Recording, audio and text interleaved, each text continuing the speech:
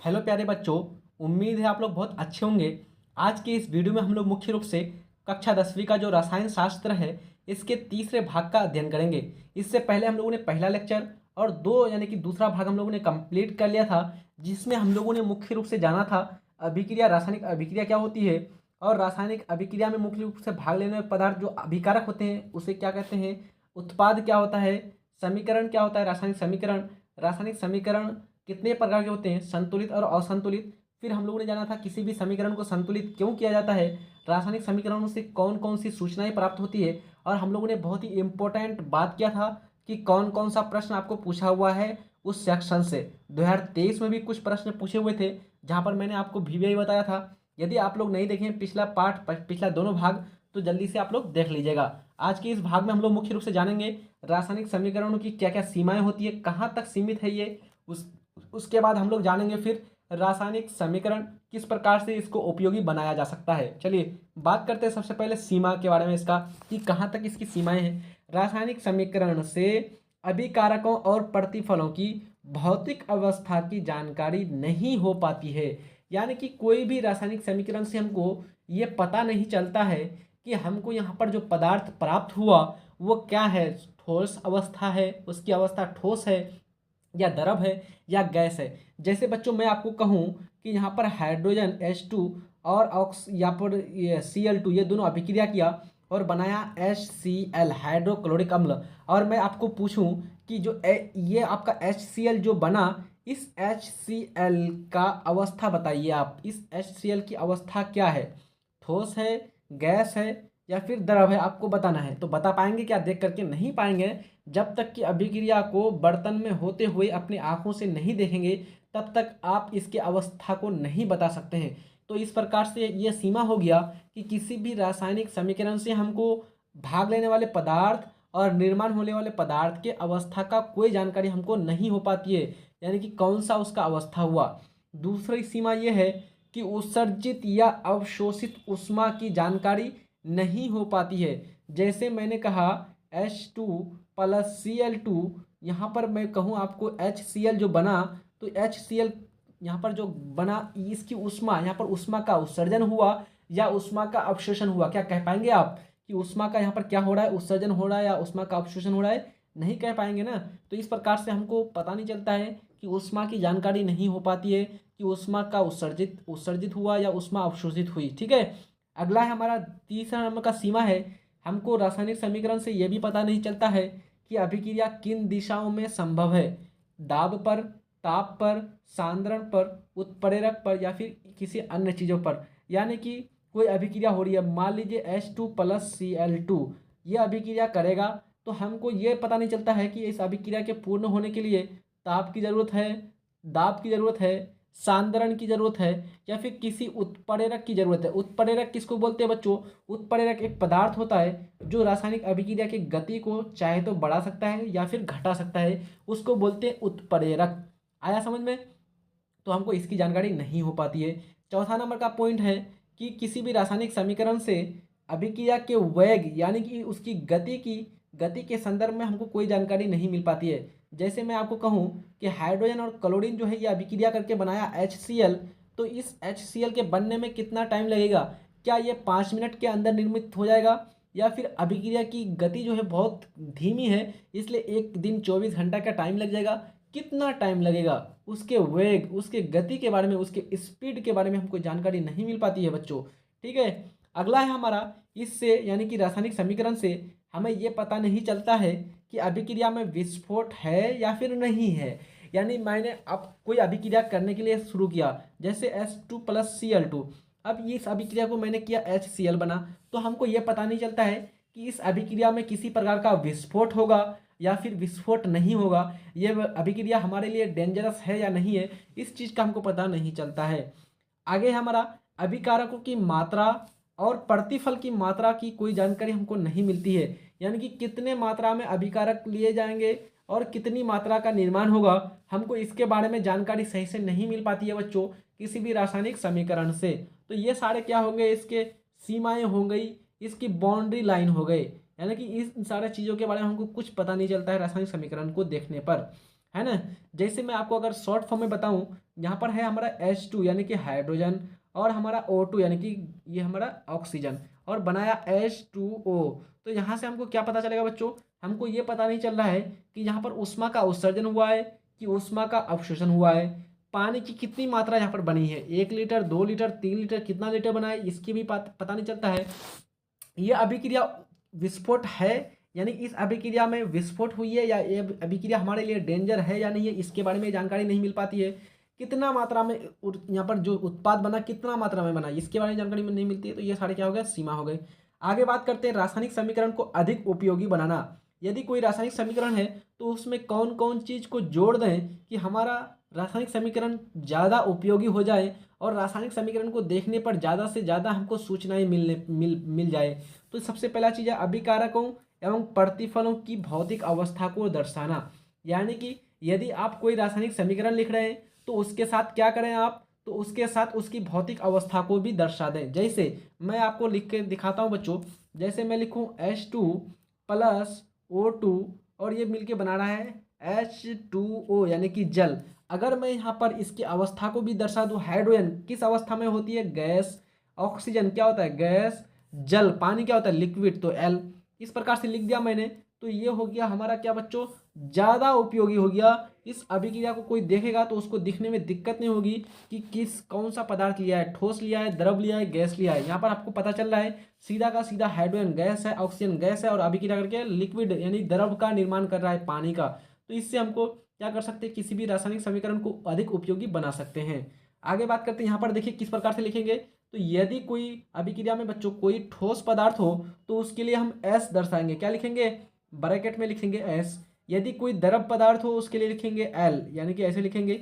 और यदि कोई गैस पदार्थ हो उसके लिए क्या करेंगे, ब्रैकेट में G लिख देंगे यानी कि गैस। इस प्रकार से हम लोग लिखेंगे, जैसे यहाँ पर मैं एग्जाम्पल के रूप में दर्शाया हूँ। और ये आपको क्वेश्चन कई बार पूछा हुआ है, कैल्शियम कार्बोनेट जब टूटता है तो किन किन पदार्थों का निर्माण करता है, ये प्रश्न कई बार आपको पूछा हुआ है। और ये किस प्रकार की अभिक्रिया है, यहाँ पर ध्यान दे देखेंगे आप लोग। तो कैल्शियम कार्बोनेट हमारा क्या होता है, सॉलिड, तो हमने लिख दिया S, ब्रैकेट में क्या कर दिया, सॉलिड, तो S।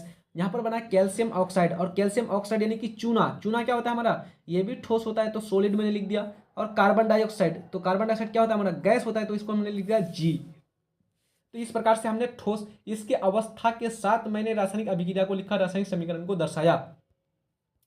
इसी प्रकार से एक और यहाँ पर अभिक्रिया को दर्शाया गया है। इसी प्रकार से आप लोग और भी लिखिएगा अपना कॉपी में। ऊष्माक्षेपी एवं ऊष्माशोषी की जानकारी, हम ऊष्माक्षेपी और ऊष्माशोषी की भी जानकारी प्राप्त कर सकते हैं। यदि कोई समीकरण लिख रहे हैं और उस समीकरण में अगर हम ऊष्मा को तीर चिन्ह के दाईं तरफ दर्शा रहे हैं प्लस के साथ, तो हमको पता चल रहा है कि इस अभिक्रिया में ऊष्मा का उत्सर्जन हुआ है। और ऐसी अभिक्रिया जिसमें ऊष्मा का उत्सर्जन हो उसे ऊष्माक्षेपी अभिक्रिया कहते हैं। कौन सी अभिक्रिया कहते हैं, ऊष्माक्षेपी अभिक्रिया। तो यहाँ पर ध्यान से देखेंगे, कार्बन को जला रहे हैं, कार्बन क्या होता है, कोयला, कोयला को जलाएंगे तो ऑक्सीजन की उपस्थिति में ये जलेगा और जल करके कार्बन डाइऑक्साइड गैस। और आप लोग देखेंगे बच्चों, कोयला को जला करके क्या बनाते हैं हम लोग, खाना बनाते हैं। तो खाना बनाते हैं मतलब उसमें हमारा हमको ऊर्जा प्राप्त हुआ, ऊष्मा प्राप्त हुआ, है ना, हीट प्राप्त हुई। तो इस प्रकार से ऊष्मा का उत्सर्जन हुआ कोयला को जलाने पर। तो ये हो गया हमारा ऊष्माक्षेपी अभिक्रिया। इसी प्रकार से यदि किसी अभिक्रिया में ऊष्मा का अवशोषण हो रहा है तो हम लोग उसको भी दर्शा सकते हैं। यदि किसी अभिक्रिया में ऊष्मा का अवशोषण होता हो तो तीर चिन्ह के बाईं तरफ ऊष्मा को प्लस चिन्ह के साथ दर्शाया जाता है।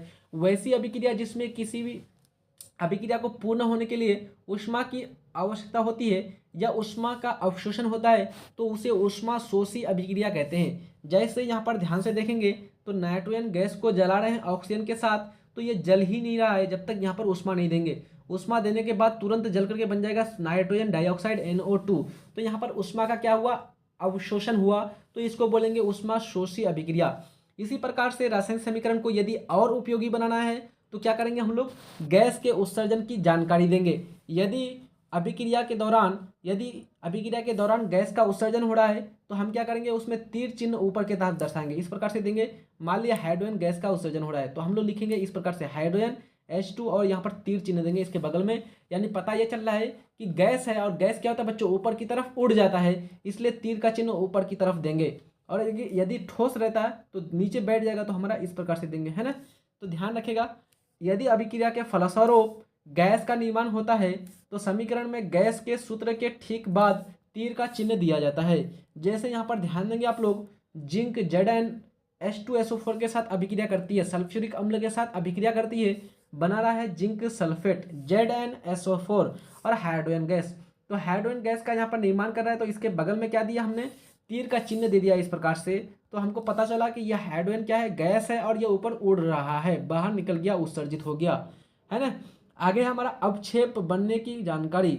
अवक्षेप का निर्माण होगा तो क्या करेंगे बच्चों, यानी कि यदि कोई ठोस पदार्थ बर्तन के पेंदी में, बर्तन के तली में जम जाती हो तो वहाँ पर हम उसको कहेंगे अवक्षेपण अभिक्रिया। और वहाँ पर क्या होगा, तीर का चिन्ह नीचे की तरफ दर्शाएंगे बच्चों, ऐसे। जैसे यहाँ पर अर्जेंटम नाइट्रेट अभिक्रिया कर रहा है हमारा हाइड्रोजन क्लोराइड के साथ, तो बना रहा है अर्जेंटम क्लोराइड और प्लस नाइट्रिक अम्ल।